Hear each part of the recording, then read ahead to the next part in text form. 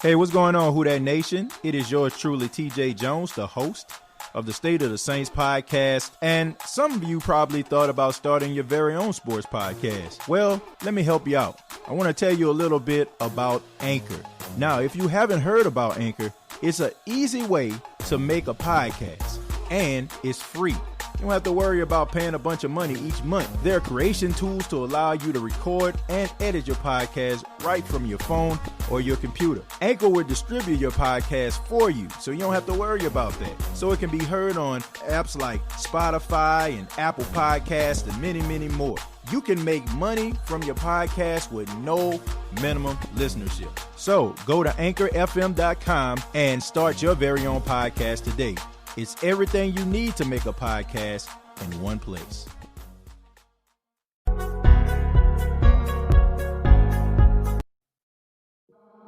One more time.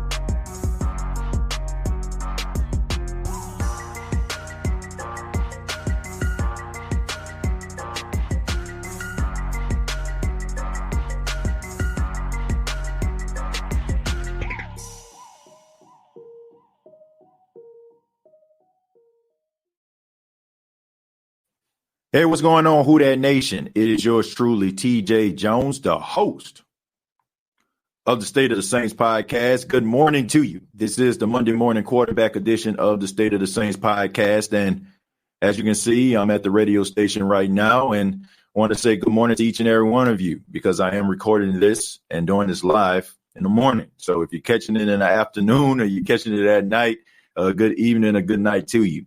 But we're going to go ahead and talk about the New Orleans Saints victory over the Detroit Lions. This was a really good game for the black and gold. They won by a score of 35-29.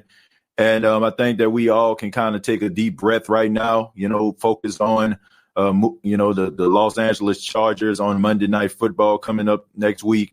Man, the Saints have been on prime time all season long, man. I think this is the first time all season the Saints haven't had a high-profile game.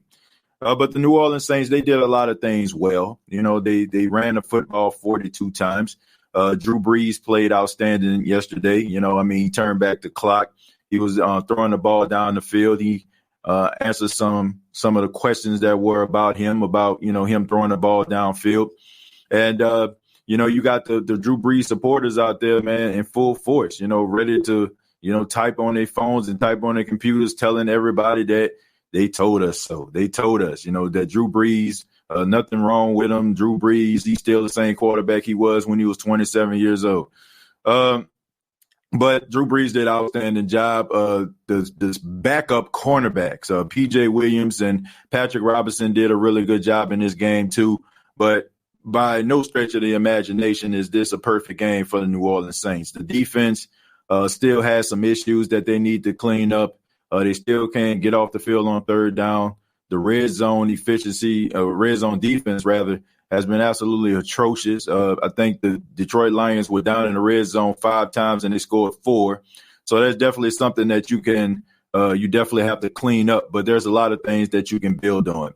I said yesterday on the State of the Saints podcast about Tre'Quan Smith and Emmanuel Sanders, the injury to Michael Thomas. It kind of came as a blessing in disguise because I don't think that the chemistry between Tre'Quan and Emmanuel Sanders would be with Drew Brees if Michael Thomas was still in the lineup. Now that you don't have your security blanket, now that you don't have the guy that had 149 receptions, you now have to rely on guys who, that you really didn't have to rely on last season.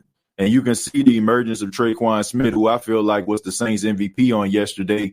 He went out there, man. He caught that crucial third down play that went to him. Drew Brees trusted him enough in order to call his number.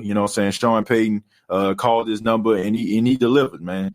Tre'Quan Smith did an outstanding job on yesterday. I think that him being on the outside, that is his element because, he did a lot of the outside stuff playing on the flank when he was at Central Florida. And that was one of the reasons why the Saints ended up drafting him because all the explosive plays that he had. this is one of those games where you can just look at, the stats and it basically just tells the whole story. The Detroit Lions, and the New Orleans Saints, this game was about, run defense, you know what I'm saying, and the lack thereof. The Detroit Lions run defense is horrible. Okay. I think they were giving up maybe like 150 plus yards per game, and the Saints exposed it. I mean, you run the ball 42 times over 164 yards. Latavius Murray had 2 touchdowns, and Alvin Kamara had 1 touchdown. So the Saints came into this game realizing that the Detroit Lions suffered when it came to the run defense. And also the time of possession. The Saints held on to the football 13 minutes more than the Detroit Lions. I mean, this is classic football on the road, right? Controlling the time of possession, running the football, throwing the football when you have to. And that's how you get the results that you're looking for. I think that this should be the formula for the New Orleans Saints going forward. Okay, this is what I feel. I feel like the New Orleans Saints need to put more emphasis on the running game. They should become more of a run-dependent team. I feel like all the members of the offensive line, I think they up to the task, man. I mean, I know Ryan Ramczyk went down, and that kind of hurt us in the second half. I mean, the running game went with him.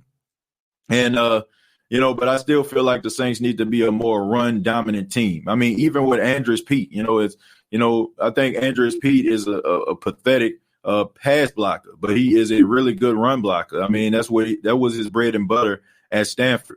And I think that you have guys like Ryan Ramczyk who went to Wisconsin. I mean, come on, man, give me a break. Wisconsin is O-line U. You know what I'm saying? You know how you talk about LSU being DBU or Ohio State being DBU.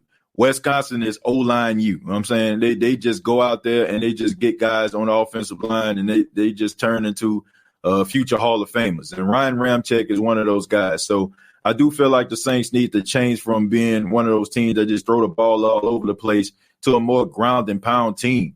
There are very few teams this season that were able to stop the New Orleans Saints from doing what they needed to do, which is run the football. You know what I'm saying? For the exception of the Tampa Bay Buccaneers, and even in that game, in most instances, when the Saints needed to run the football and get yards, they got it. But when it came to the Raiders, when it came to the Packers in this game yesterday against the Detroit Lions, the Saints are running the ball really, really well. And, I have to say this, I've been stressing this for months here on the State of the Saints podcast, all in the offseason. I think that the Saints need to run the football. I think that was very, very important. And yes, I am going to pat myself on the back because this is the recipe for success. You have a 41-year-old quarterback who you don't have that luxury anymore of counting on him to go out there and throw the ball 35, 36 to even 45, 46 times a game anymore. Okay. I mean, we love that Drew Brees, right?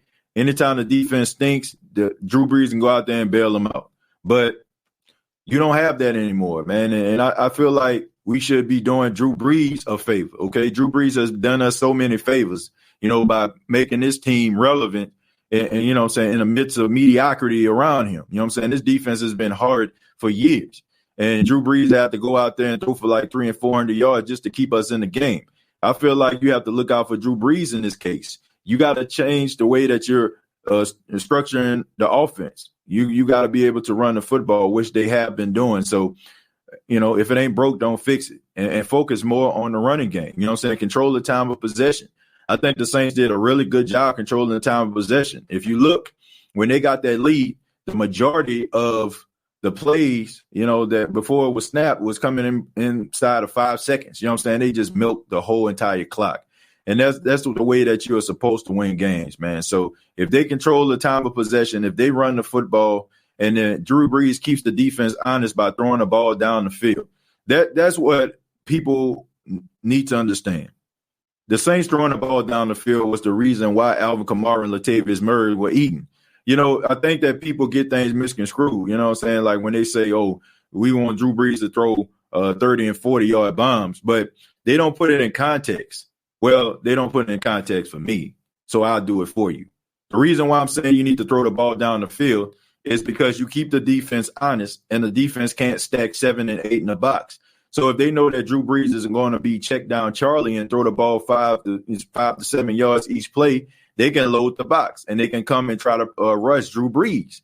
But if you throw the ball over the head of the defense, then that will have to cause them to actually spread out. And while they're spreading out, it creates lanes. Okay, and that's why it's important to get other guys involved. Because if you worried about Callaway and you're worried about Traquan and you're worried about Emmanuel Sanders and you worry about Jared Cook when he comes back and you worry about Adam Troutman, then you can't go out here and blitz Drew Brees because those guys, make you pay.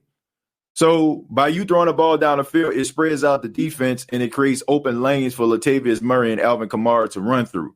But as long as you're checking it down, that's going to cause the defense to play up 7-8 in the box. So even if you try to run the ball, it is, it's not going to be successful.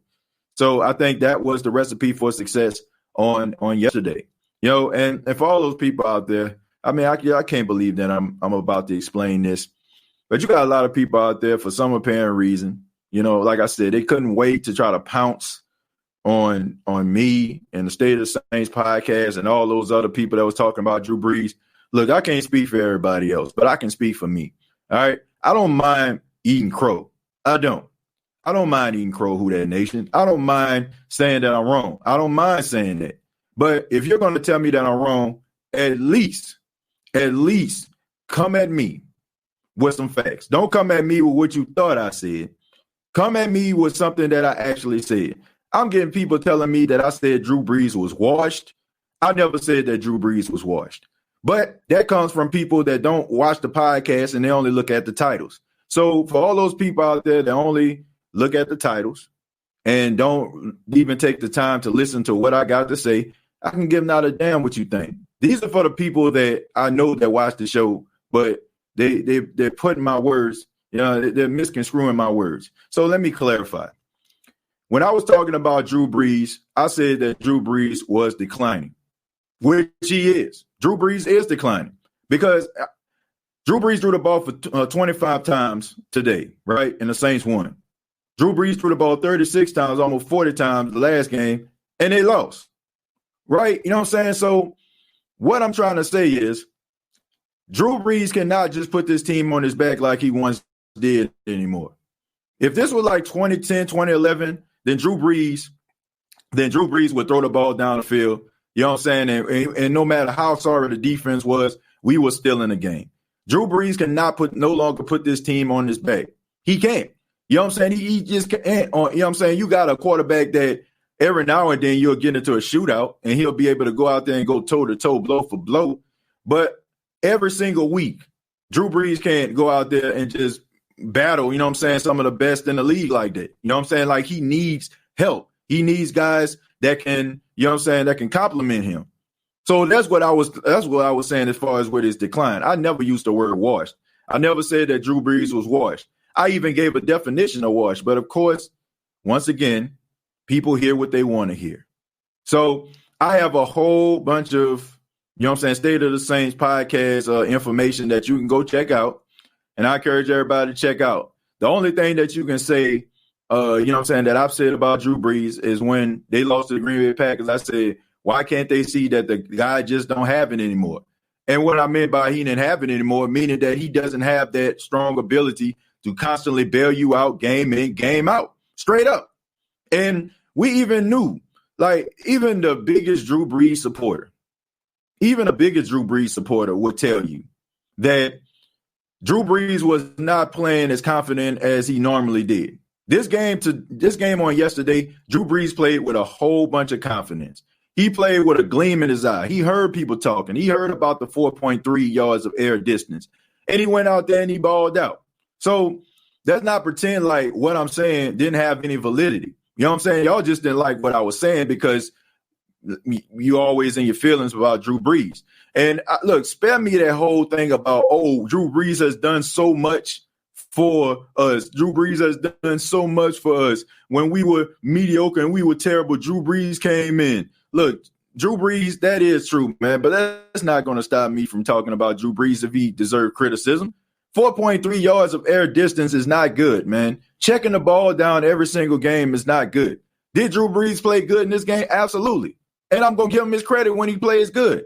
But if I know that Drew Brees is capable of doing more, yes, I am going to criticize him. Yes, I am. But Some people can't understand how a person can criticize somebody, you know what I'm saying, and like them.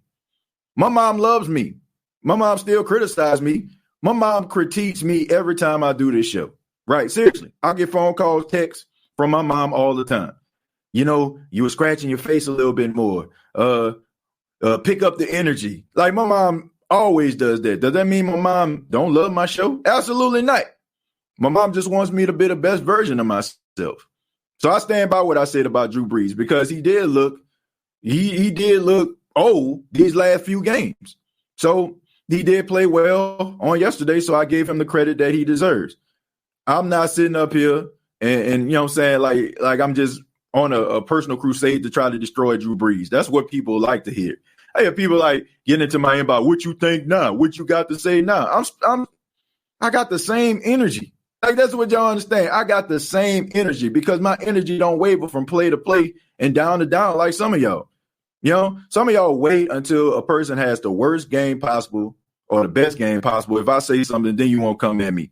You know, like where's the consistency in that? You know, so I don't mind saying that I'm wrong, but I wasn't wrong. And am I going to eat crow? Absolutely not. Because I never said that Drew Brees was washed. The only thing I said with Drew Brees was on the decline, which he is. You're 41 years old. You're not going to be the same as you were at 27. I even gave examples. For anybody that ever watched the State of the Saints podcast, you know I give examples all the time, right? I even gave examples about how I felt about decline and the difference between decline and wash.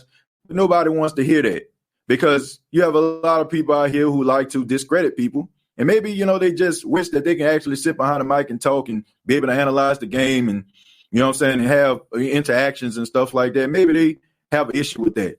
But I'm sorry, man. You know, I am. You know what I'm saying? I'm willing to help anybody that would like to start a podcast or whatever like that. But you can't take me down, man. I love this team too much. I got too much passion for this team. I've been a Saints fan since I was 4 years old.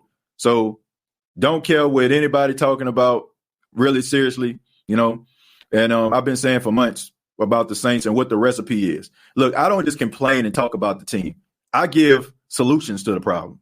I do. I give solutions. If I'm criticizing the team, I don't just criticize the team and leave it at that. I give solutions. My solution was to run the football, control the time of possession, and throw the ball when need to be thrown. That was the recipe for success. And that's what the Saints did on yesterday, and that's why they had one of their best showings of the year. So if you want to sit up there and criticize me and say something that I didn't say to try to make everybody like, oh, yeah, he did say that. He did say that. Fine. But I stand by what I said, man. Drew Brees did not play good the first couple games of the season. This was his best game. You know, this was his best game. No doubt about it. This was his best game. And his best game came when the running game rushed the ball 42 times. So there you have it. Why are you explaining? It is the truth. Tamara, I'm explaining because you have a lot of people out here who try to discredit what I say. And then on top of that, a lot of people don't understand what I say. So I like to clarify. Man. I like to clarify what people, I like to clarify with people because a lot of people don't look at this. They don't look at this podcast. They don't. And I find it funny before, like, I post podcasts, right? I find it funny. I could just post the title and then people just start like commenting on it. A lot of times if I put a title on there, the title don't indicate what I'm going to talk about or if I'm for or against something. But, people be ready to type, which this shows me, that people, that this is the reason why we're in the state that we're in right now, as far as a world, because people don't want to talk to each other, don't want to do the research, and they just look at the fine print and don't go into the whole article itself. Definitely was committed to the run game on yesterday. Yes, they were. And that was the recipe for success. Mighty Mouse says, good morning, TJ. Who that, brother? What's going on, Mighty Mouse? Appreciate that, man. Appreciate you stopping by. You don't have to clarify yourself. I mean, you said what you said, but you never said he was washed. Yeah, I never said he was washed. I even gave examples. And like I said, Kim, I just do that because I want to clarify, but I'm pretty sure they won't hear it because they don't listen to the podcast. Chargers are starting a rookie quarterback. Then their running back got hurt, and arguably the best player, Derwin James, is out for the season. The Chargers are mid-tier at best. Brady should have had that from the start. Look, I'm not going to discredit the Chargers. They did an outstanding job on yesterday. They were leading that game by about 17 points. So I'm not going to sit up here and poo-poo on Justin Herbert. I don't discredit anybody. Anybody can have a good game, and we all know. Folks, let's not pretend here. Let's not act like just because the Saints won yesterday, like this defense, all the problems are solved. This defense still was getting shredded like cheese. You know what I'm saying? They still was out there giving up big plays. And let's not act like Justin Herbert is a scrub or something like that, man. This kid can play. So I'm not going to look at their team and be like, oh, this guy hurt, that guy hurt, because these guys play with a lot of pride, a lot of passion, and they want to win just as much as the Saints do. So I need to see this. I need to see the Saints go out there and perform, and I'm not going to discredit the Los Angeles Chargers because they have a really good pass rush. And as you can see on yesterday, Ryan Ramczyk went down. He's in concussion protocol. So, and we've seen how the drop-off that they had at the offensive line once Ramczyk wasn't in the game. And I'm not one of those people that's like, man, let Ramczyk play. Let Ramczyk play. Oh, he was in concussion protocol. He'll play. No. Look, these head injuries are serious. They're serious. We know now we're very learned about CTE and some of the brain trauma that some of these players get. And I'm not trying to put Ryan Ramczyk on the field at the expense of his health just because I want to beat the Los Angeles Chargers and be a playoff contender. He is the most important priority to me as far as, like his health is concerned. If he can play, he can go out there and ball out, then fine. But do not put Ryan Ramczyk on the field if this guy isn't ready to play. And that pass rush of the Chargers is really, really good. So don't act as if, the Chargers are just, chopped liver or something like that. The Chargers was giving the Kansas City Chiefs a run for their money before Patrick Mahomes ended up putting that game into overtime. This team is not one of those teams where y'all can just, overlook. This is a really good football team, and they really competitive. They just need to learn how to close games. So don't be surprised if this game is nip and tuck from start to finish. Tom Brady is also on decline. They are in their 40s, for crying out loud. Exactly. But people don't want to understand it because they don't understand the difference between declining and washed. They think declining and washed is the same, and not to mention people hear what they want to hear because, they want to have like some type of adversarial story. To tell, like, oh man, like you was against Drew Brees, or you don't like Drew Brees, man. You said he was on the decline. And when they hit decline, they hit a word washed. They hit a word like he can't do it no more. Nah, decline. I'm in a decline. You know what I'm saying? Like you're in a decline, period. Like if you don't believe me, keep living. I know I got a lot of young people out there that listen to this show, probably in college.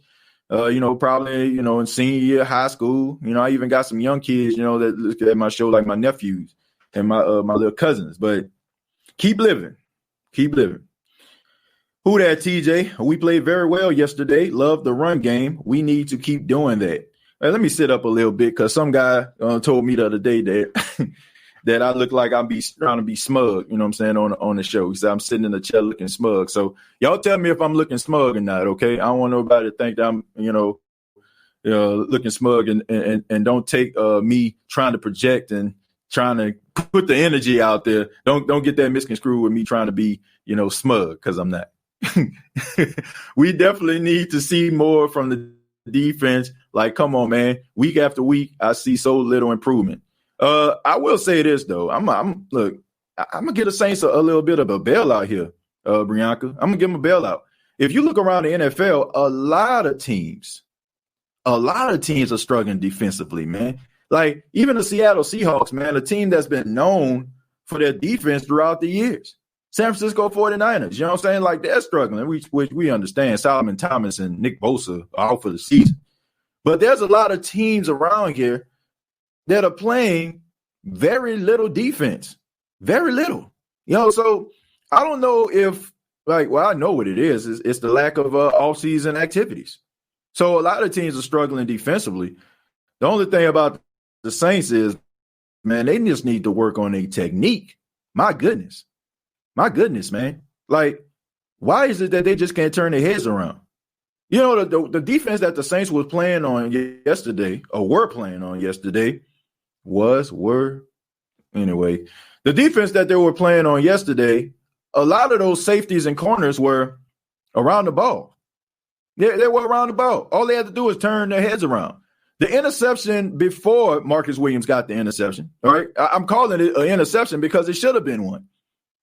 When Matthew Stafford dropped the ball in the middle between Malcolm Jenkins and Marcus Williams, if Marcus Williams would have looked up, he would have caught that ball, would have been an interception. Instead, I mean, he caught the interception a couple plays later, but Anzalone got illegal contact, which, look, man, these referees suck. But anyway, you know, like they just need to turn their heads around. You know, and I think it's being taught. It's being taught to them. That's the only logical explanation I have is this technique is being taught to them. Or they're not putting enough emphasis on their coverage skills downfield.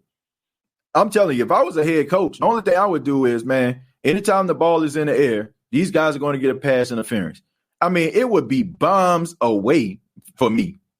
If I was a quarterback, it'd be bombs away. I'll just tell my receiver to run streak routes. That's the only thing I would say. Like, keep on running. I'm going to throw the ball down the field. Rather, you're going to catch the ball or you're going to be a pass interference. Either way, we're going to get 47 yards on this play. So, I don't know, man. They need to work on their technique. I think that's the reason. That's the thing that's going to get Dennis Allen fired. You're right, TJ. Their record may prove otherwise. They're talented on both phases of the ball. And Keenan Allen, to me, is the most underrated route runner in the league. Yep. Keenan Allen is a really good wide receiver. He's one of those top 10 receivers. He's one of those guys nobody really talk about because, you know, the Chargers have had some bad luck over the years. But Keenan Allen is really, really good. And if Keenan Allen played for the Patriots, if he played for the Cowboys, everybody would know who Keenan Allen is. A lot of people have selective hearing. Ain't that the truth? Mike says, in his opinion, Lana giving some emojis here, you know, saying who that to Lana. Leslie says a lot of people have selective hearing. He said it again. Once again, Malcolm Jenkins still getting abused in the backfield. Well, that's no surprise, Reggie. I mean, the guy's not the same guy he once was, but he did play tough, man. I mean, that's one thing you can't say about Malcolm Jenkins. I mean, he is a guy who competes, you know, but for every Malcolm Jenkins, I mean, you got a Marcus Williams out there who doing the same exact thing. It's hard for me to like pick one guy out because the secondary has been playing god awful all season long. So, I mean, you can basically plug and play anybody. You know what I'm saying? The best person in the secondary this year has been DJ Swearinger. You know, and C.J. Gardner-Johnson had one of his best games. I think he had his best game as a New Orleans Saint. I mean, he was all over the field. He led the team in tackles with 6. And we can't forget about that end around that could have went yard that he stopped. I'm talking about like if he didn't tackle the wide receiver for the Detroit Lions, that guy would have scored a touchdown. So C the dudes did an outstanding job, man. And look, man, they need to keep DJ Swearinger in that lineup. Like, seriously, they need to keep that man in there. Bro, the 49ers just got beat by the Eagles. 2020, anything goes. Yep. And the NFC East is the worst division in football, which I don't understand why they get all the attention. It sucks. Do you think the season will be shortened due to COVID-19? No, I don't think so. I think when you're dealing with billionaires and a $1 billion corporation, these guys want money. You know, even though they're not getting money from the fans, they're getting money from advertisers, right? So they're not trying to leave no dollar on the ground. So they're going to try to do everything within their power to make sure that they have a 16-game season, you know what I'm saying, and that goes through 17 weeks. And we all know that they want to add more games. So, you know, they ain't going nowhere. It's not. I'm starting to feel like Malcolm is just a liability at this point in coverage. He made some good plays, but Jenkins is the best around the line. Yeah, he is. You know, I mean, but like I said, at this point, if you're picking guys, I mean, you just plugging and playing. I mean, you can make an argument for every person in the secondary, including the two guys that's the starting corners. You can make an argument about them in their play this season. So I just think that everybody just need to get better. But I do think that they need to implement more zone and cover two, because I don't think they have I understand the whole man-to-man coverage and all that kind of stuff when you got two corners that can shut down the field, so to speak. But I think the Saints need to play more zone and cover two. I think it kind of helped them. And if you notice, I mean, like I said, the corners and the safeties were always around the ball. Like that play that Hockenson caught the ball down the field, that should have been an interception by Malcolm Jenkins. The pass that Matthew Stafford threw to Hockenson for the 2-point conversion, that should have been an interception by Malcolm Jenkins.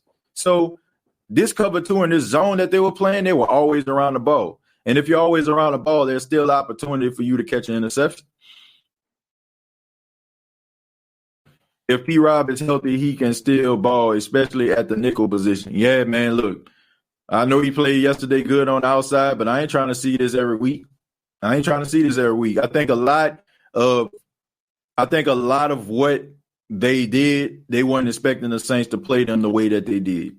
And I think they caught the Detroit Lions off guard with the way they were playing coverage. I mean, that's just a fact. But trust and believe, like Anthony Lynn, he's going to be watching this tape, and he's going to be able to expose some of those matchups, man. So, look, get those other guys back as quickly as possible. It was a good game. He did a good job. But I am not happy about having P.J. Williams and Patrick Robinson on outside for at least 3 to 4 games. You're not going to get the same result. Shout out to Patrick Robinson and P.J. for showing up. Yeah, man, like I said, that cover two, having the safety over the top, being the eraser, help them out a lot. Let them play with more confidence. So if they get beat, they know that a safety is back there to help them out. I will never forget when we played the Titans last year and CeeDee cracked the receiver's helmet. He smacked him so hard for the fumble. CeeDee is until just needs polishing. Yeah, I think that with him, I think he's going to get better as his career starts to grow. I think he's playing a little bit more faster, but I feel like this was his best game. You know what I'm saying? Him being around the line of scrimmage and doing the little things. Tyra says, good morning, TJ. Who that, Tyra? What's going on? Jason says, I bet the Falcons beat the Packers tonight. Just watch. Well, the whole world is watching, and the narrative is out right now.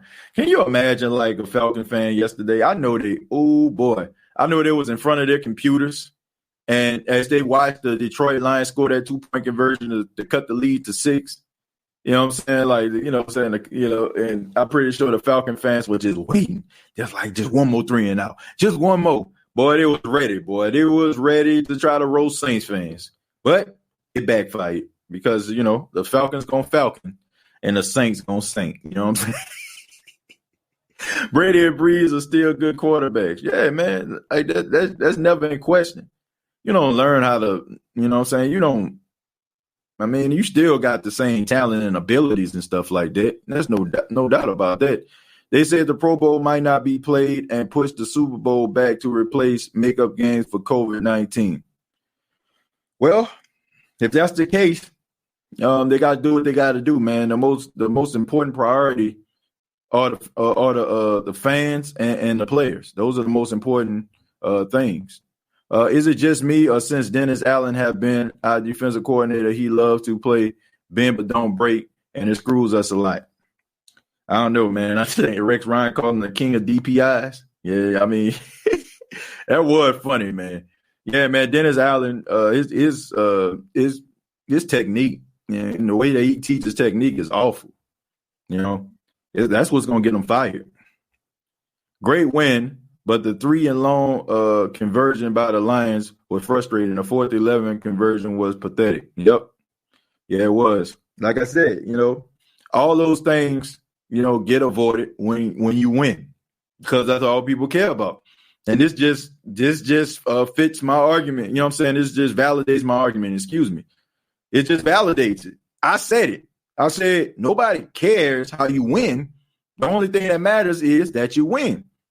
And nobody's talking about some of the shortcomings and what happened. But when I do it on the show, oh man, you hate, we won. Let's bask in the glory. Somebody pop a bottle of rosé. Not me. You know what I'm saying? Like, I think, there's some criticism, that I have in this game. For example, I know the Saints ended up winning this game, but Alvin Kamara, on that halfback toss to seal the deal, why did he run out of bounds? Like, all you have to do when you get the first down, just slide. You keep the clock moving, right? You keep the clock moving. So let's just say, for example, if the Detroit Lions had a timeout, right? Let's just say they had one timeout. And, he runs out of bounds. They can stop the clock one time.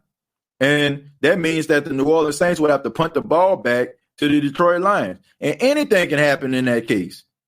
Are you confident at the fact of what you've seen from the New Orleans Saints secondary, that if Matthew Stafford don't throw the ball downfield and one of those safeties or one of those corners hit somebody prematurely and they throw a flag and they put the ball at the 2 or the 1, like, are you confident that the Saints will be able to get that victory? So I think that, that's my one criticism of Alvin Kamara. Like, I wish he would have stayed in bounds, just slid, so the clock can continue to move. It's stuff like that.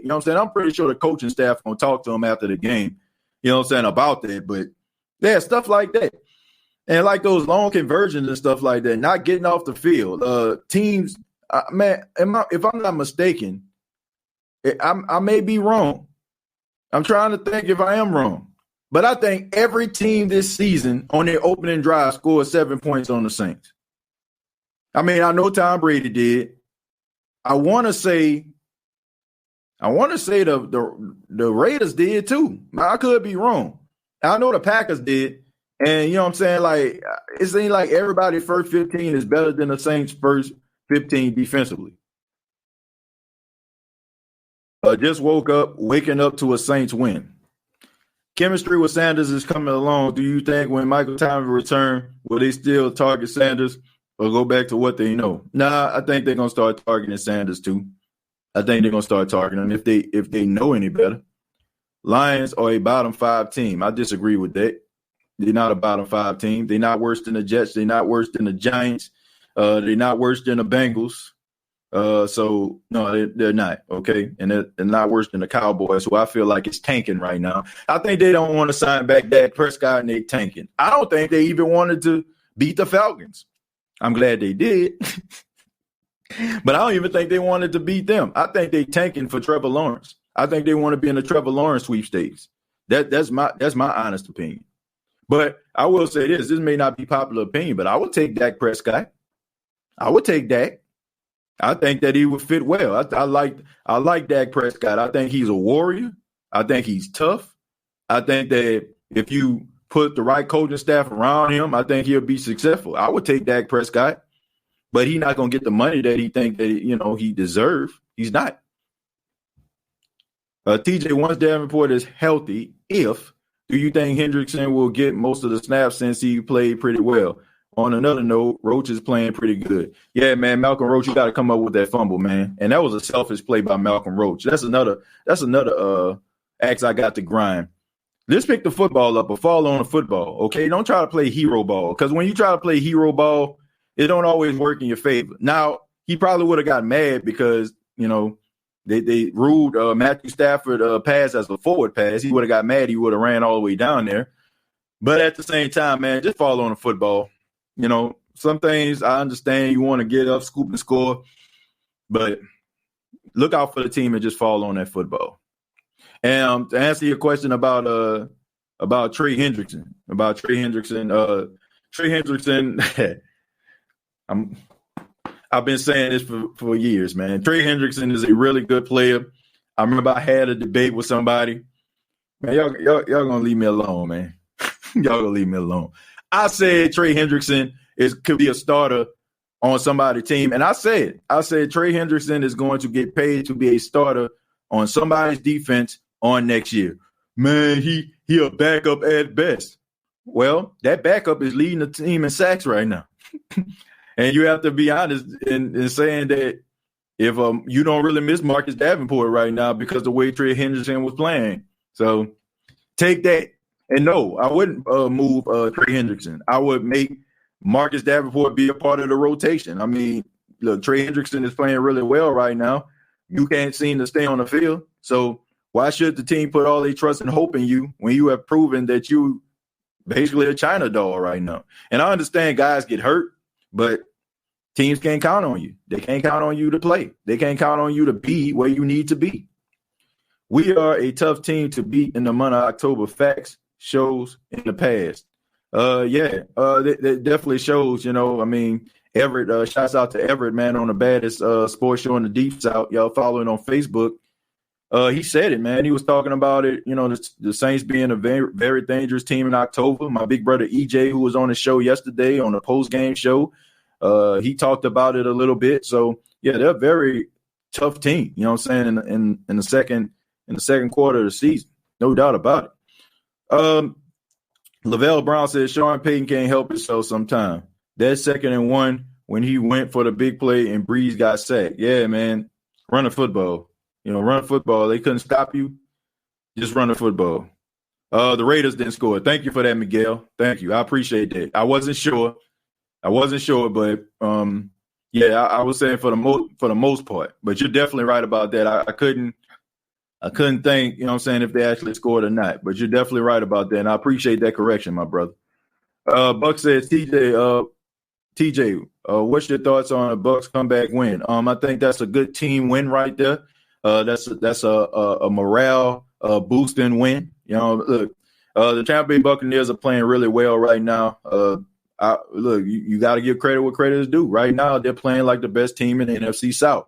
And even though the Saints actually got the victory, the Buccaneers right now, the way that they're playing, if you're looking around the landscape of the NFC South, they are the best team right now. You know what I'm saying? I'm talking about as far as the way that they play defense, even though they didn't show it yesterday, and some of the decision making. So I'm not going to knock them right now. They definitely deserve that 3-1 record. But I will say that the NFL is doing them a favor by putting these teams up here that they have a better chance of winning against, putting that at the beginning of the season. And in the process, they're actually building chemistry. The NFL is affording the Tampa Bay Buccaneers to build chemistry at the same time going up against snake-bitten teams, you know, and teams that the NFL feel like they would be successful against. So around mid-season, when the schedule starts to get tough, when they start seeing the Packers and they start seeing the Chiefs and they start seeing other teams, you know what I'm saying, then they will be more prepared. So I think that the NFL did them a favor with the schedule making. And I'll be lying to you if I didn't think that Tom Brady had something to do with it. And look, I'm not going to discredit them. I mean, you win the games that you need to win. You know what I'm saying? Like they found a way to win yesterday. But looking at their schedule, man, and looking at what the Saints schedule has been over the last couple of weeks, and looking at what the Carolina Panthers schedule has been over the couple of weeks, you can tell it's not the same. But they built their schedule based on the fact that they understood that Tom Brady was going to come into the season without, you know what I'm saying, without having chemistry. And I think they put that game against the Saints as a, you know what I'm saying, as a deflector. So you can always just go back to that game. Like, oh man, your argument doesn't have validity. They went against a team that won the most games in the first 3 years, you know, in the New Orleans Saints. They started off against the Saints. But look at the rest of the schedule. So they did do them a favor, and I think they're going to get better from here because the NFL allowed the Tampa Bay Buccaneers to have an easy schedule for them to figure it out on the field. A lot of people don't have that luxury.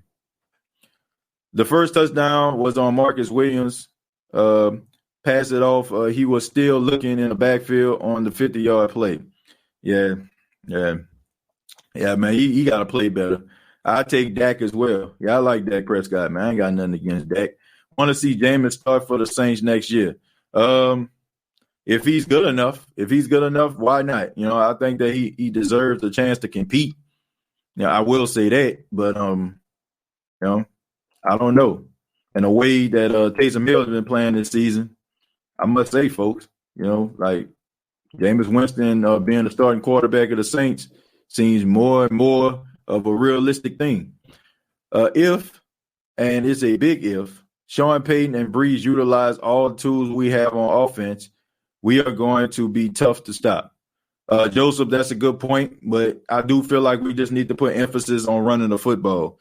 I'm kind of over the whole passing game because I feel like the Saints kind of moved on from that. I think that the way that this team is structured, and if you look at, look no further than Andrus Peat's 5-year contract, and I think we need to understand this. Andrus Peat signing a 5-year deal was based on the fact that Andrus Peat is a better run blocker than he is a pass blocker. I'm going to say that again. His 5-year deal was based on the fact of him being a better run blocker than a pass blocker. And you're probably asking yourself, well, TJ, why would they sign Andrus Peat if he's a much better run blocker than a pass blocker if the Saints, all they do is throw the football? That's a very good question. Because they're looking towards the future when Drew Brees isn't here. The best friend of a young quarterback is a good defense in the running game.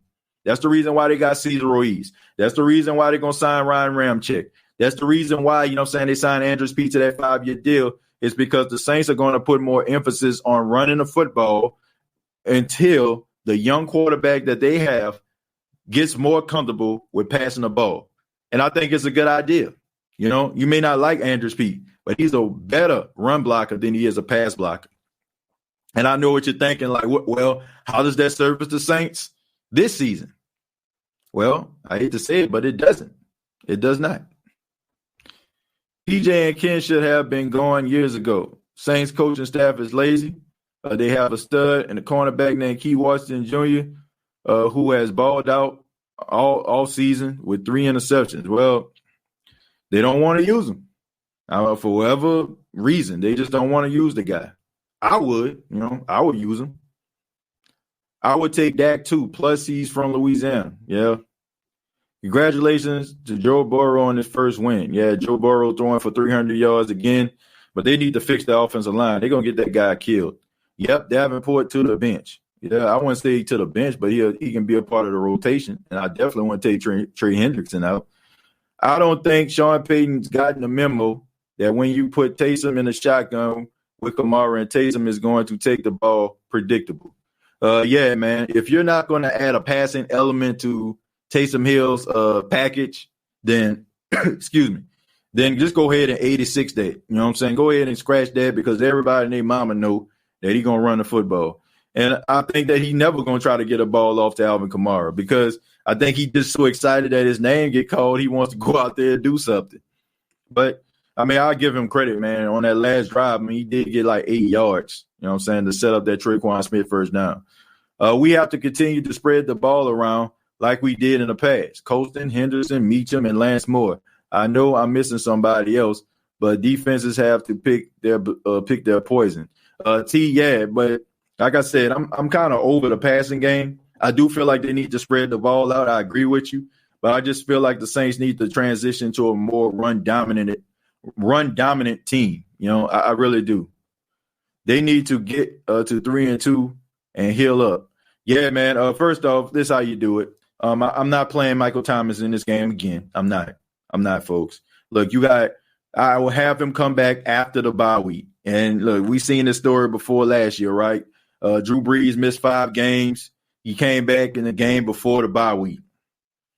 Look, man, just go ahead and not let the guy play. Just let him sit on the bench one more week. You have another bye week and have him come back after the bye week. That's how I would handle Michael Thomas. All right. And if you have any of those other guys that, that are still hurt, don't play them either. Okay. Just try to find a way to, get better.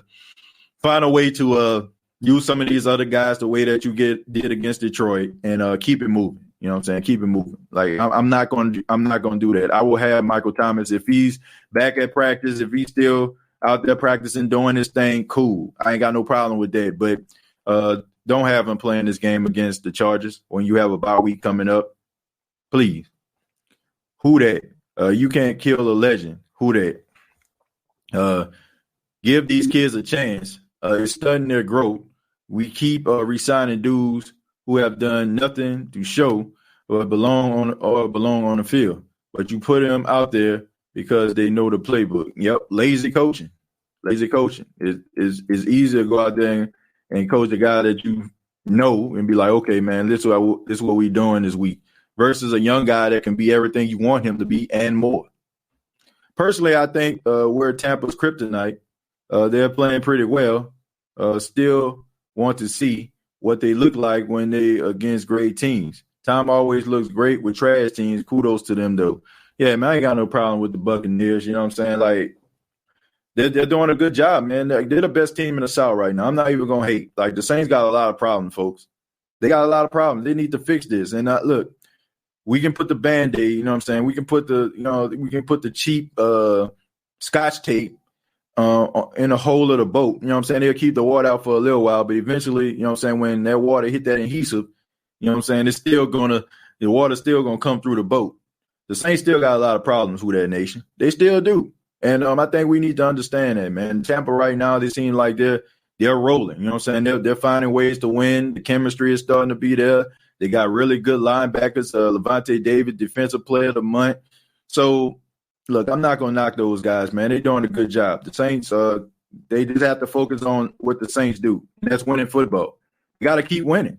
They got to stay. Not only are you in a race right now against Tampa, but Carolina is also 2-2 right now. Like, we can't forget that now. They beat Arizona yesterday. So they're starting to reach their stride. And they're doing it without Christian McCaffrey, by the way. So, I mean, you got to keep winning. You got to keep winning. I just want to take out some time to say about damn time. Sean Payton and giving Murray the ball. We are clearly a better team when we run between the tackles. And that's what I said, man. I feel like anybody that was criticizing Latavius Murray and saying that he's not the answer and, you know what I'm saying, we miss Mark Ingram, I felt like you were judging Latavius Murray all wrong. It is hard for you to see what a guy has when a coach is not giving him opportunities to show you what he has. And I'm glad that he's getting this opportunity, man, because he's taking advantage of it. And I think that Latavius Murray is a very underrated running back. And I think everybody is starting to see why he is, a really good running back. I think a lot of people are seeing that. So I think this will quiet the naysayers. And I think people need to understand Latavius Murray, when he's given the opportunity, he shows up. I see an improvement from week to week. The defense will come around. Most defenses against the league are struggling thus far. Look at around the league. The scoring is on a historic pace. Great win yesterday. Yeah, that's what I said, Jonathan. I don't know if you just tuned in, but I said it earlier in the show that if you look at teams like the Seattle Seahawks, you know what I'm saying, like they're struggling. You look at teams like the Houston Texans, they're struggling, you know what I'm saying, defensively. So many teams around the league. I mean, they're in shootouts right now because, like I said, no offseason activities were taking place. And these guys weren't out there, you know what I'm saying, like getting themselves in shape. And there's only so much you can do. You probably go to the gym, work out, but it's nothing like going there and going to the facility and using some of their things, using some of the amenities that they offer in order to get your body into shape. So a lot of the defenses around the league are struggling. PJ played coverage like he's social distancing. There's a couple of plays, if the Saints weren't playing cover two, I'm pretty sure that it would have been some big plays. So like I said, kudos to the Saints coaching staff for playing cover two and zone the majority of the game. Criminal calls on Anzalone. Yeah, those were horrible plays. Very ticky-tack. I think it's pretty obvious that the referees and the NFL do not like the Saints. I don't know if it's just some type of parody or something like that at this point. They just want to watch the Saints lose, or they just want to keep on watching us say something on social media. Look, I understand that football is about entertainment and all that kind of stuff. You know, we get on social media and we bash the NFL and we bash the referees. Maybe that's what they're going for, man. Maybe that's what they're trying to do, because it does really seem like they be analyzing the Saints game with a fine-tooth comb here. It seems like to me like they be looking through the microscope, and every little play that the Saints do, it's amplified and it follows up with a flag. You know, it's almost like when Ndamukong Suh was with the Detroit Lions, and he was ranked as the number one dirtiest player in the NFL. And Ndamukong Suh was out there playing the game, and anything that he does, if it looked more violent than it should, they were throwing flags. Same thing with as trash as he was with Brandon Browner. I mean, Brandon Browner, what do you need? A couple more holding penalties to be the most penalized cornerback in NFL history. And the NFL gladly obliged. You know what I'm saying? Like, they gladly obliged. They made sure that he got the you know what I'm saying, the recognition that he deserved for holding on to wide receivers. So it seemed like to me like the narrative is, you know, the Saints get pass interference if they throw the ball down the field, and it seemed like that's what the referees do. It seemed like they're trying to hold on to that narrative. You know what I'm saying, the jury is out. You know what I'm saying, they know what's going to happen. You know what I'm saying, they know that the Saints going to get pass interference. So let me go ahead and do my part to make sure this team life is completely miserable. TJ, those PIs and illegal contact penalties are some crap. Yeah, some cap. Okay. Yeah, I agree with that. Latavius and Kamara are top 5 backfield duos in the NFL. I agree with that. I think the only one that can kind of rival them right now, in my humble opinion, is Nick Chubb and Kareem Hunt. I think that's the only ones that can rival them right now.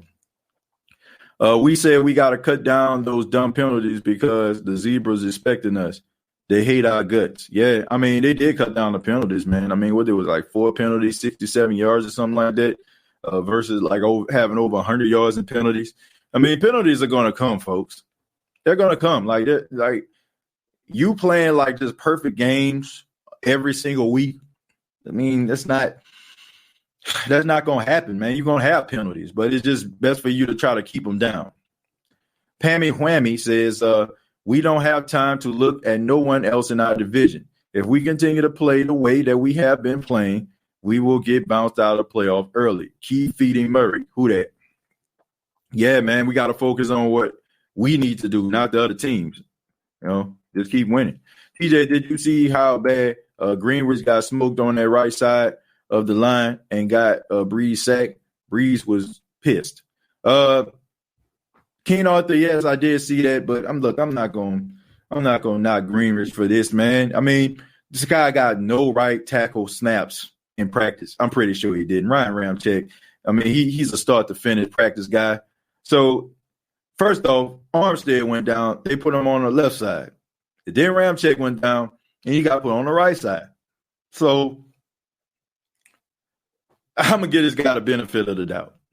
I'm gonna give him the benefit of the doubt. I'm not gonna knock this man because I'm pretty sure he came in full uniform, but he wasn't expecting to play. You know, Ryan Ramczyk don't miss games. Am I wrong? Has Ryan Ramczyk ever missed a football game in the Saints uniform? I can't remember. Defense slipped at the end. Yeah, they did, man. But I think that's why the Saints, you know, they need to run the football. It keeps the defense off the field. You know, less of the defense is better. Sustain those drives so we don't have to see them and don't ask them to do too much because you know they ain't going to bail you out at this point. I agree, Pammy. Murray needs to have about 15 to 20 carries a game. Every game he gets the ball 4 to 5 yards. Yeah, he averages about 5 yards a carry. I think he had like 14 carries in this game. He had 14 carries for 64 yards. So if Kamara has 19, he has 14. I ain't got no problem with that. Kamara is your feature back. He's your feature back, so he's supposed to get the majority of the carries. And Latavius Murray being his backup, yeah, that's a good look. Plus, Kamara is more explosive when they feed Murray more. Yeah, man. Right now, Alvin Kamara is the front runner for Offensive Player of the Year. No doubt about that. If we would have had used the game calling yesterday on Green Bay, we would have won the game. We started out the way, but play calling and controlling the clock sucked against Green Bay. Yeah, but that's Jamaica. That's the reason why you make adjustments. That's the reason why you make adjustments. You go there and you watch the tape, and you tell guys what they done wrong, and you try to fix it, and then you apply that to your practice routine during the week, putting emphasis on it, and that's what they did. A Buck should beat the Bears Thursday. Think they have the edge. Yeah, I definitely agree. Look, I understand Nick Foles is now the starting quarterback of the Chicago Bears, and he did a good job, you know, beating the Falcons, bringing them back. I think what they was down like, I don't know, 14, 15, probably more than that. But he ended up going in the game throwing 3 touchdowns in the fourth quarter. But I'm going to say something that may not be popular opinion, but it needs to be said. Nick Foles is the modern day. Well, this guy's still playing in the league, but he's a younger version of Ryan Fitzpatrick. That's who he is. When the expectations are low, that's when he goes out there and performs. For example, when Carson Wentz went down, he tore his ACL, his LCL, his MCL, his NAACP, his FBI, his CORE, his SCLC. Nick Foles came into the game, right? Everybody was just like, man, look, we just have a backup quarterback. As long as Nick Foles goes out here, man, does his best, that's all that matters, right? And Nick Foles went on this magical run all the way to the Super Bowl, being Super Bowl MVP. Nick Foles then gets a contract with the Jacksonville Jaguars as their starter, and he plays like hot garbage the entire time, right? So he ends up being the backup quarterback to Mitchell Trubisky out in Chicago, sitting on the bench, right? Mitchell Trubisky goes out there, plays absolutely horrible. They bring in Nick Foles against the Falcons, and the rest is history. And you can even talk about the playoff game against Chicago, right? He comes into the game after Carson Wentz is hurt. He ends up playing really well against Chicago, very low expectations. Nobody expected the Philadelphia Eagles to win. They kind of backpedaled into the playoffs. They went up against the Saints, and they lost, right? He made the game competitive. It came down to a tipped interception, Marshawn Lattimore sealing the deal. So I say that to say this. When the game is on the line, when there are high expectations, Nick Foles does not deliver. I know this is the State of the Saints podcast, but it needs to be said. And since we talk about Tampa playing them, I think that it kind of coincides with the theme, the NFC South, whatever. But when he has very low expectations, he overperforms. So if you don't expect him to go out there and do anything, he goes out there and he balls out. But when you expect for him to do something, he lays an egg. Case in point on yesterday. So I expect Nick Foles and the Chicago Bears to not play well. I don't. I expect for them not to play well because, once again, I feel like he's the modern version of Ryan Fitzpatrick. Ryan Fitzpatrick is a guy, he understands his role, right? He just the guy that's getting the team ready for Tua Tagovailoa. He understands that. So he goes out there, he balls out, he plays with a lot of energy, a lot of passion. His teammates love him, but he understands he's not the guy. He understands that he's not the guy. He understands he's not the dude.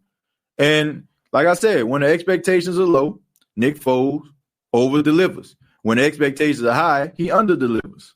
The pressure, the whole pressure of it all gets to him at times.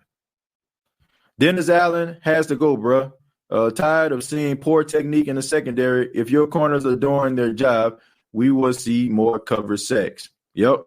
Bad technique, man. And like I said, that's what's going to get him fired. But I don't know, man. Sean Payton, Dennis Allen, he just got a special place in his heart for him. Let's go, Bears. I'll take all the help we can get. Laughing at TJ. But to the credit of the secondary, if the line got pressure, corners have a better opportunity to take the ball away. Yeah, man, that's why it's very important for you to get pressure with your front four. And if you noticed yesterday, the Saints didn't really do any blitzing. I think the Saints may have blitzed maybe a handful of times, and it bit them every single time. The play with Danny Amendola, they blitzed. The play down at the goal line when Thomas Morstead put the ball at the 1. Shouts out to Benny Fowler, who is the special team MVP this season, by the way. But they blitzed that time and it came back to haunt them. The Saints can't afford to blitz right now because it will cause P.J. Williams and Patrick Robinson to be exposed. So they definitely don't need to do that. But I just feel like he just teaches bad techniques. Real Talk Rad says, why you got to laugh when you're talking about the Falcons? Because they're a joke right now. Real Talk, shouts out to my guy Real Talk, man. Y'all check him out, man. He's a Tampa Bay Buccaneers fan, but does a really good job, man. He gave me an opportunity to be on the show a couple of weeks ago. Really enjoyed myself. But Real Talk, they're laughing stock, my friend. They're pathetic, man. And honestly, have y'all seen any Atlanta Falcon fans in the chat lately? I haven't. Well, I'll take that back. I seen somebody say I rise up right before I got off the air last night. So I'm not going to you see a few of them, but they're not in droves infiltrating this page like they normally are, man. So that goes to show you right there, they're a bunch of grandstanders. You know what I'm saying? There's a bandwagon hoppers, grandstanders. Exactly right about that, TJ. The they tried to bounce back, lost a coach yesterday. Who did the Colts play? Who the Colts play? Oh, yeah, Chicago. They played Chicago. Yeah, that's right. Yeah, man, the Colts are one of those teams, man, that are doing a really good job. I think that's the reason. I think the reason why Carson Wentz is struggling because Frank Wright is in Indianapolis. And Phillip Rivers, you don't know how many years he got left. So if I was the Philadelphia Eagles, I mean, you trade up to get a quarterback, Jalen Hurts. It seems like you don't really trust Carson Wentz. If I'm Carson Wentz after Phillip Rivers retires, I would go up to Indianapolis because my success came when Frank Wright was my offensive coordinator. So that may be something that he may need to consider, as far as his future is concerned. TJ, what is our base defense, 4-3 or 4-4? Well, the Saints play a lot of 3-4 defense. You know what I'm saying? They play a lot of full linebacker sets, even though yesterday they played 4-3 mostly. They play a lot of dime. They play a lot of quarter. Play a lot of man. Lot of man. But they play they play a mixture of everything. You know what I'm saying? But in most cases, they run like 3-4.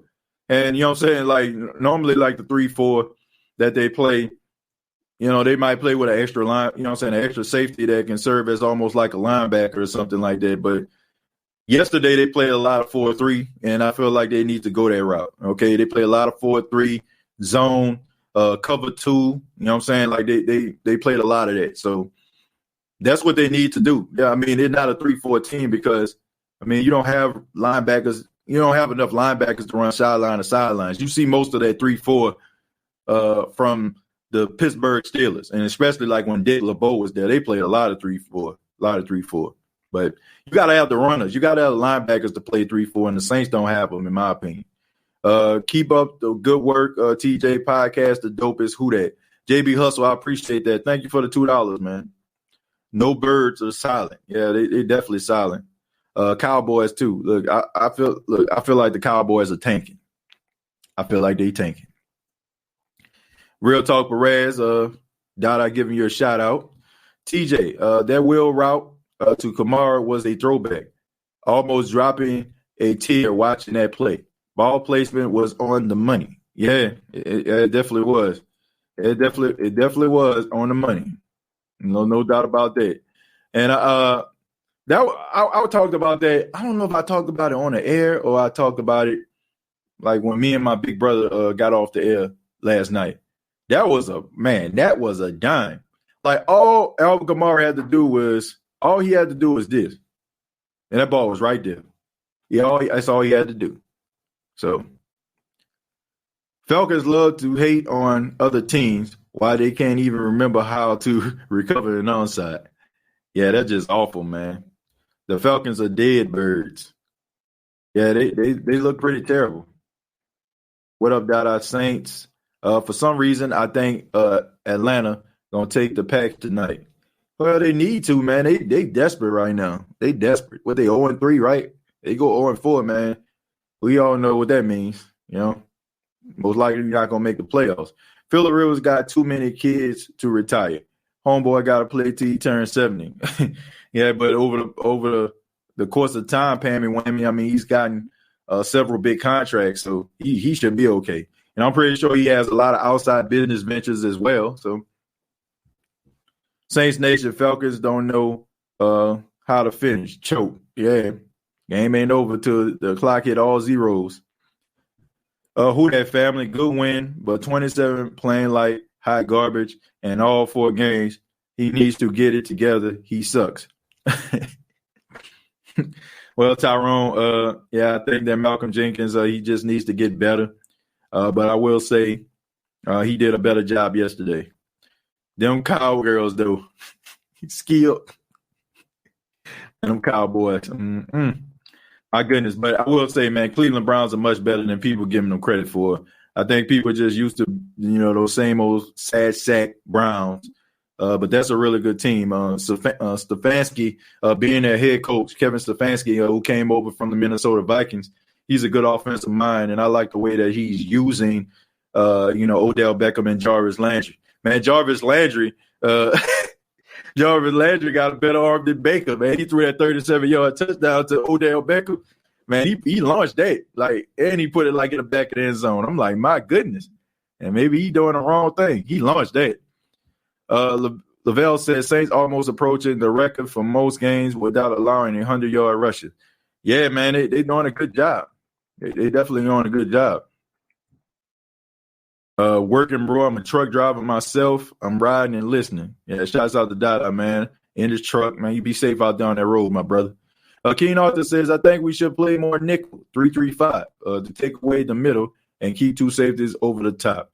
I ain't got no problem with that. I ain't got no problem with that. But my only issue is with the linebackers in the three linebacker set that you're talking about here, Keen Arthur, because there's not many linebackers that can cover on this team. I think the only one that really can cover well, you can give Azalone. Azalone do okay. And I think that Demario Davis does a really good job. So I don't know, man. But I do think that the Saints should always have a safety over the top because the cornerback's not good enough. You know what I'm saying? I know they play a lot of man, and I get it. You know what I'm saying? But if that man get beat, if he gets beat, man, it's gonna be toast all game. You know what I'm saying? So I think they need to play a lot of safeties over the top. I think the Rams didn't allow a rusher for 5 seasons, if I'm not mistaken. Saints are on their third. Yeah, man. I think you're talking about the Awesome Foursome or something like that, if I'm mistaken. I can't think of that name. Maybe the Awesome Foursome was the was it the Rams with Deacon Jones and them? You know what I'm saying? Yeah, they were pretty tough. I think it was the Rams, the Awesome Foursome.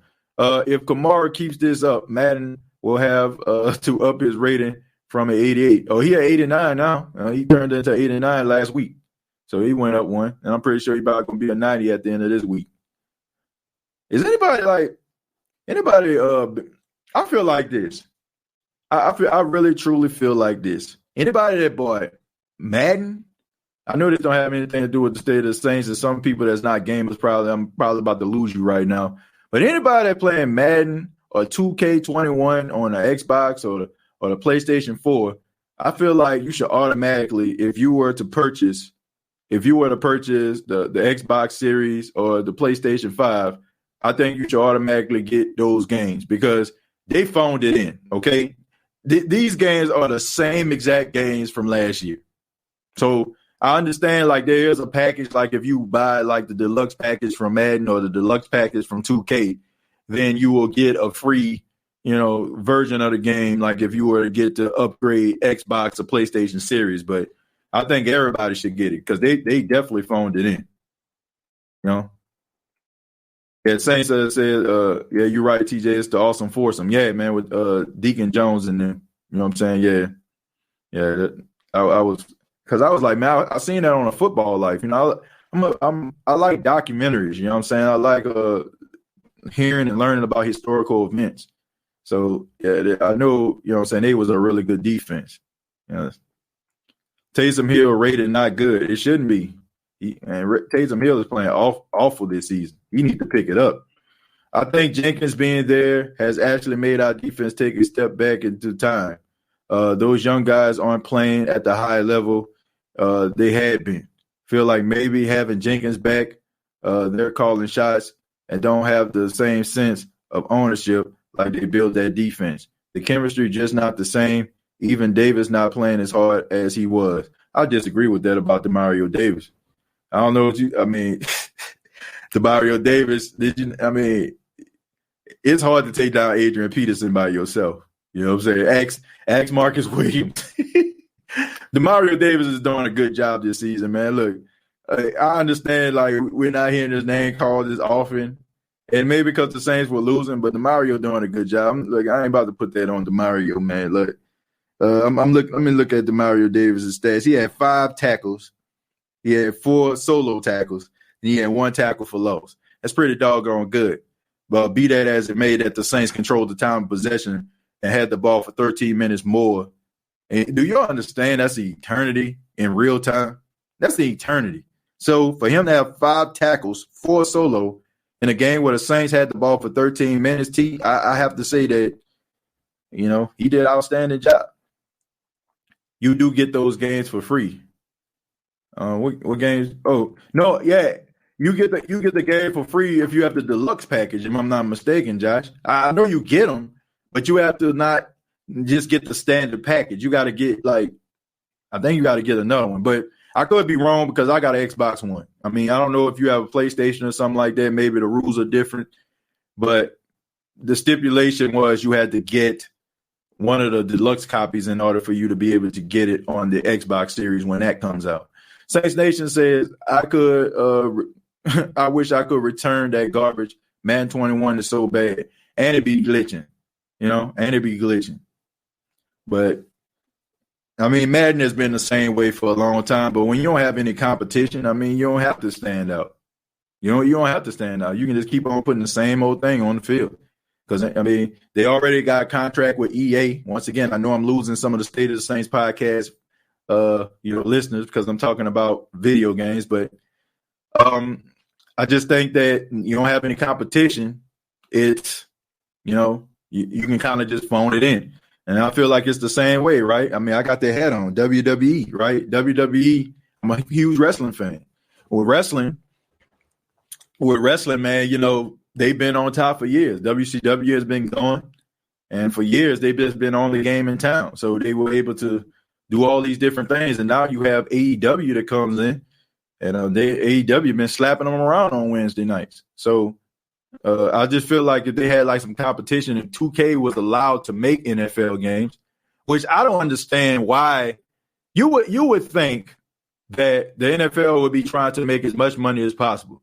So why, when you want to give your rights to both gaming companies, right? You'll be making money on both sides. I can tell you why, because EA is so desperate to keep the NFL. They're so desperate to keep them because they know if 2K gets their hands on any of these NFL games, it's over for them. Nobody will ever buy Madden anymore. You'll just be buying Madden for nostalgia because it definitely wouldn't be because they have the better game. 2K is a much better, they're a much better franchise than Electronic Arts. TJ, you getting that Series X and PS5? Chosen, if I do, it's going to be later on down the line, man. Look, man, me and my wife, man, like y'all know, we already just purchased, we purchased the house and, they're in the process of building it right now. And look, those $500, those $500+ can go towards getting some furniture or getting a table or something like that. Right now, me and my wife, we're trying to save every dime that we have, man. We're trying to save money to try to furnish our house when the opportunity comes. So I don't see an Xbox or a PlayStation 5 in my future anytime soon. Of course, you already know Paxton, man. He's starting to figure out what a video game is. He likes, watching me play the video game, and he likes to, play with the controller. So I'm pretty sure I'm going to have to get one down the line for him. But as of right now, I don't see that in the future, man. Me and my wife trying to get things together. And I think that if I was to come home with an Xbox or a PlayStation 5, I would have to sleep in my car for a couple weeks. And, I like my bed. I'm getting a little old. I can't sleep on the couch and I can't sleep in my car, mess around and have my back hurting. So I don't think I'm going to have an Xbox no time soon. Jamaica says, Justin Herbert, your thoughts? Justin Herbert is one of those guys who I got a lot of respect for. Justin Herbert could have easily been the first pick overall coming out year before last, but he decided to stay at Oregon for another year, even though some of the critics were like, oh, he just afraid to leave home because he's actually from Eugene, Oregon. He never left Eugene, right? He was born and raised there. He went to Oregon, which located in Eugene. And finally, he leaves after he gets drafted, he goes to Los Angeles. And a lot of people just thought, maybe Justin Herbert just doesn't have it. You had a lot of questions about his leadership skills. But what I see is a guy who has a really good deep ball. I see a guy that's a gamer. I see a guy who's not afraid to make mistakes, and he has amnesia. When he goes out there and he makes mistakes, he doesn't let it get to him. He is right now. Justin Herbert reminds me a lot of Andrew Luck, and I hope that he doesn't sustain like the type of injuries that Andrew has. but he kind of built of the same stuff as Andrew Luck. And I got a lot of respect for the kid. I thought that we would be seeing him twice a year. I thought the Carolina Panthers would have ended up trying to get him, but I'm glad they didn't. And he's going to be one of those guys that you hear about pending that he stays healthy for years to come. So that's my thoughts on him. Really good quarterback. Got a lot of respect for the kid. Think he has a lot of promise. I just bought a house, and my wife pregnant with our second child. Have to hold off on the PS5 for now. And you understand what I'm saying, Mike. Mike, you get it. You know what I'm saying? Like, look, that's the most important priority right now, you know, in my life right now is making sure that, you know, we have the things that we need. Okay, that's the reason why, I just try so hard. You know what I'm saying? I make sure that I'm always, you know what I'm saying, at the station. You know what I'm saying? I'm always doing outside ventures. You know what I'm saying? I'm interacting with sponsors. And not to mention, you know what I'm saying, you all, you know what I'm saying, donating to the show as well. That's extremely helpful as well. You know what I'm saying? I just try to do what I can because everything that I'm doing is for the advancement of me and my family. You know what I'm saying? That's the most important thing. When I was a kid, I probably would have ran out here and got that PS5. Okay. But when you got a son who has daycare and you got to pay that every week and you got bills and on top of that, man, you're about to go into a completely different world where you have to pay like housing insurance and mortgages and stuff like that. Like, you know, that kind of stuff ain't really that important anymore. I know this is a sports show and I know we kind of drifted off, but y'all know how it go, man. We family here. We talk about more than just Saints football. Sometimes it drifts off in a different direction. Chosen says, love the team player, Murray. He don't complain and he balls. You barely hear him in the media. He shows up and do his job. Hope he gets more reps game day. I feel like he's going to break out every run. Yeah, I think that Sean Payton is starting to trust him a little bit more, and that's a good thing. And I also seen him catch a pass, which is a good thing. You know what I'm saying? I don't think that he would be out there if Sean Payton didn't believe he can actually throw the football. Catch the football, excuse me. So I like what I saw.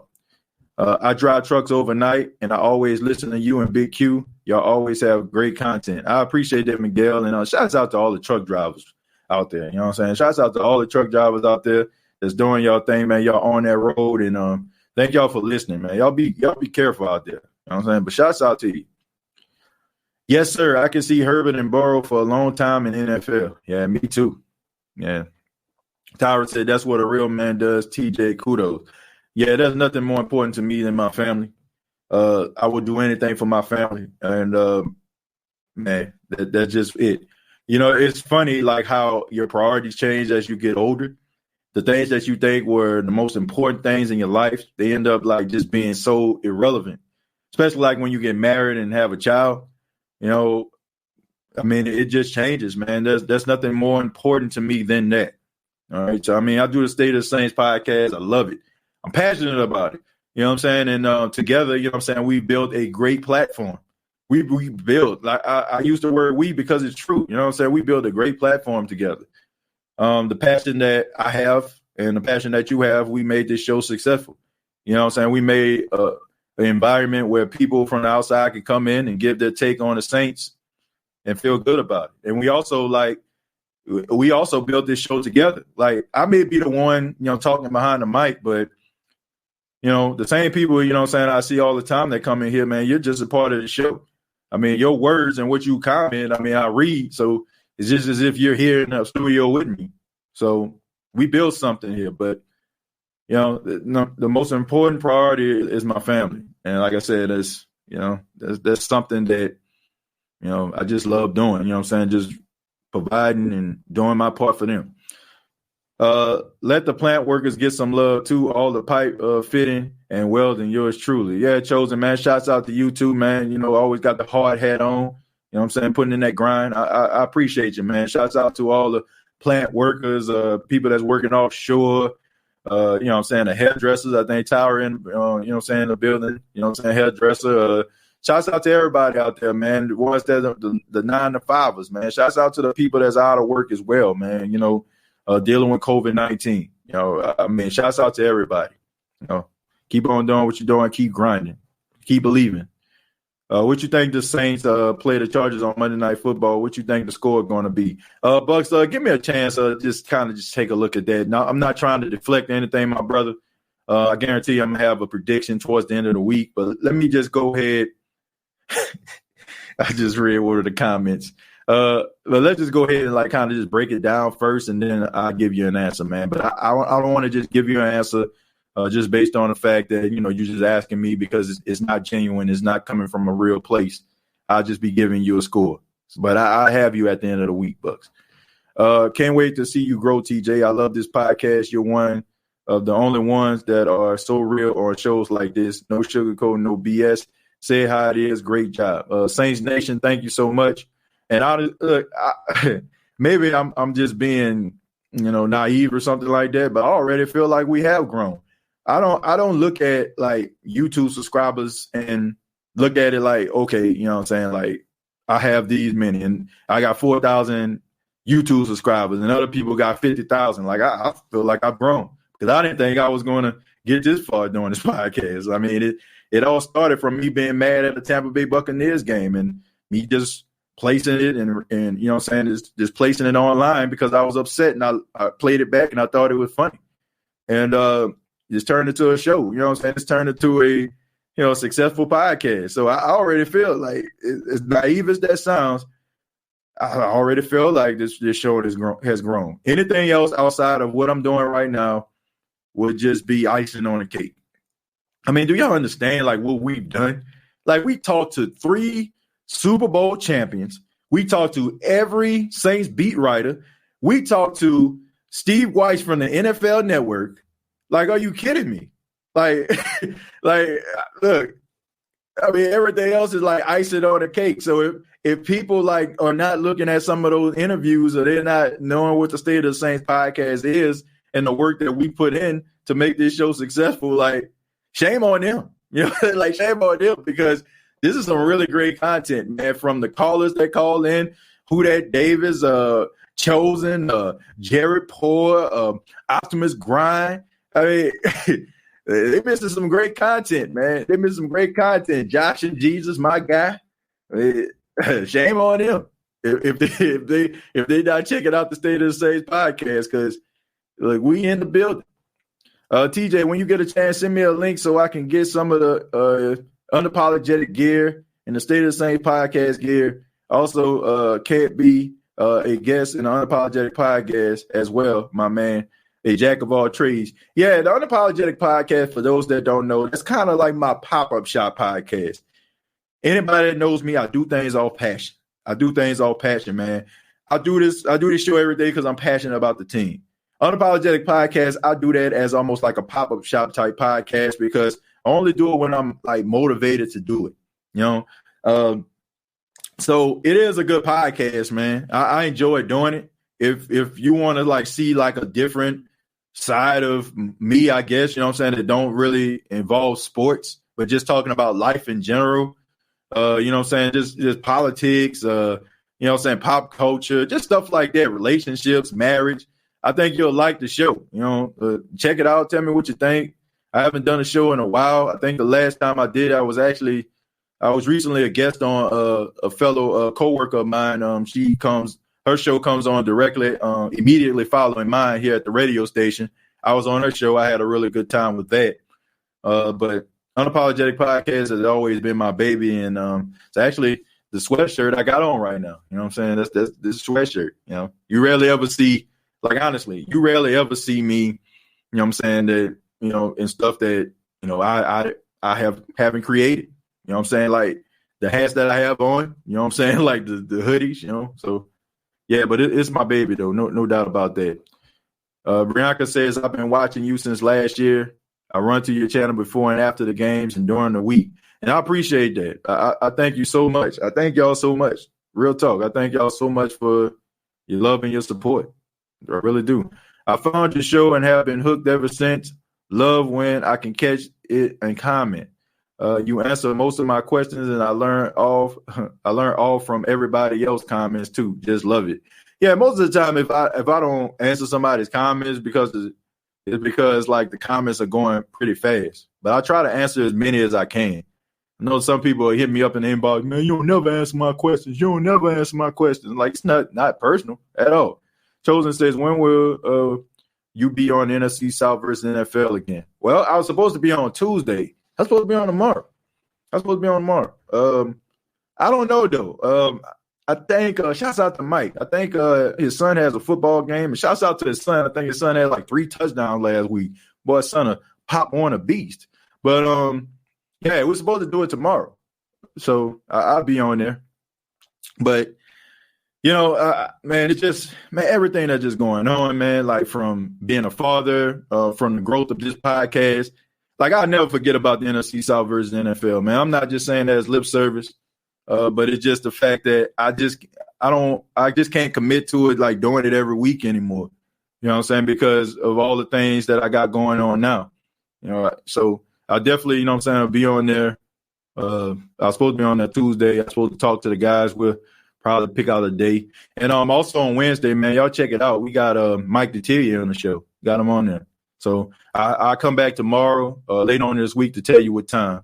But Mike Detillier, he is coming back on the show. And we're going to be talking about the offensive line, one of his favorite topics. TJ and Deuce and NOX, that's all my favorite, man. Shouts out to all the great Saints podcasts, man. Yeah, shouts out to Deuce Wenham, Elias Ross. Shouts out to NOS podcast, man. I mean, he does a good job too. Good kid, man. I see that guy working for the Saints, man. He just started college. I can see him working for the Saints, man. Him fulfilling my dreams. Shouts out to the Crips. He says you missed my super chat. Look, when I was laughing a few minutes ago, that was from your super chat, and I heard what you said. You said we enemies now. I seen that, the Crips. So shouts out to the Crips for donating $2. I guess like when I started talking, I was talking about Justin Herbert, and your comment came across there, and I just started laughing, and I kind of forgot about it. But thank you for the $2 to Crips. That was funny. That's why I started laughing in the middle of my statement. How do we join the Unapologetic Podcast? I send the link. I send the link to the Unapologetic Podcast. You can check it out, man. Tell me what you think. If you like it or not. This is what I'm doing right now. Logging into Facebook, and what I do is I put the link in the description. I put it in there so everybody can check it out. Like I said, it's a podcast about just life. You know what I'm saying? Like, we talk about all different types of things. I was supposed to do a show with my friends. I was supposed to do one with them, and we were supposed to be talking about Deion Sanders joining our alma mater as the head coach of Jackson State University. We were supposed to be talking about that, but the SEC came back, and one of my boys, shouts out to Mike Walls, is a huge Georgia Bulldog fan. He's not missing the Georgia Bulldogs. I just put the link down in the comments. Y'all check it out if you're into that type of stuff. You tell me what you think. And that is one of the shows where, you know, I invite everybody on. You know what I'm saying? Like, I would like to talk to I just like to talk to real people, you know what I'm saying, when I'm doing that show. Not on there, you know what I'm saying, for, you know, just to have a whole bunch of people on there, you know what I'm saying, a whole bunch of famous folk and all that kind of stuff. That's like my baby. That's like almost like the show I have when I'm venting or something like that. Because like I said, I only do it when I'm really passionate behind doing it. Mike D is the man. Dude knows his stuff. Yeah, shouts out to Mike Detillier, man. Shouts out to him, man. Like, I felt so bad because the last time I was on the show, I booked him at 10 and I booked Mike Triplett at 10:30. And he was ready to talk. Like, he was like really ready to talk and get it, you know what I'm saying, and expound on you know what I'm saying, the New Orleans Saints. But I was like cutting it really close. And like I said, I wanted to get that interview with Mike Triplett. So, but he's definitely coming on the show Wednesday. Y'all make sure that y'all be on the lookout for that. Who's that victory yesterday? We just need to continue doing the run club, open up the passing between two-dimensional, gives us a chance to win games. Yeah, Ramsey, it gives us an opportunity to win games. It keeps the defense guessing. It keeps them honest. It gives them opportunity to be able to run between the tackles. It spreads out the defense, so everybody wins. And this is the last one, then we're going to get up out of here. It says people were saying Breeze can't throw the ball down the field. He's weak and stuff. But, TJ, has Breeze ever been an Aaron Rodgers or Brett Favre? He's been a surgeon his whole career. That's a good point, Saints Nation. A lot of people said that, him throwing the ball down the field, you can't throw the ball down the field. I was actually one of the people that said that he couldn't throw the ball down the field consistently. You know what I'm saying? I said consistently throw the ball down the field. I got to make sure I say that. Like I said this before also. If the Saints are going to go to the Super Bowl, Drew Brees gives them the best opportunity to win. Look, I like Jameis Winston. He has a strong arm, and I think he has a promising football career. I don't look at Jameis Winston's career as a Tampa Bay Buccaneer and just say that it's over with and he has nothing left. I think he has a bright future, but let's not get this twisted, folks. Unless something catastrophic happens as Drew Brees just goes out there throwing more picks than Razor Ramon, that is the only way you're going to see Jameis Winston. Unless Drew Brees ends up getting injured, that's the only way that you're going to see Jameis Winston. Jameis Winston is not coming in the game, all right? He is not coming in the game. You will not see Jameis Winston unless Drew Brees gets hurt, period. It's just what it is, man. Drew Brees would have to fall off Mount Everest in order for Jameis Winston to come into this game. But I want to say thank you very much for checking out the State of the Saints podcast. Thank you for all those that have commented. Thank you for all those that have liked and shared this video. And for those that are new to the channel, please subscribe to the YouTube channel, youtube.com. Search The State of the Saints podcast, facebook.com. Search The State of the Saints podcast. And you can check out the State of the Saints podcast, the audio podcast, on iTunes, Spotify, and iHeartRadio.com. Thank you so much. You enjoy the rest of your day, evening, and night. Let's enjoy this Saints Victory Monday. And like always, all I got to say is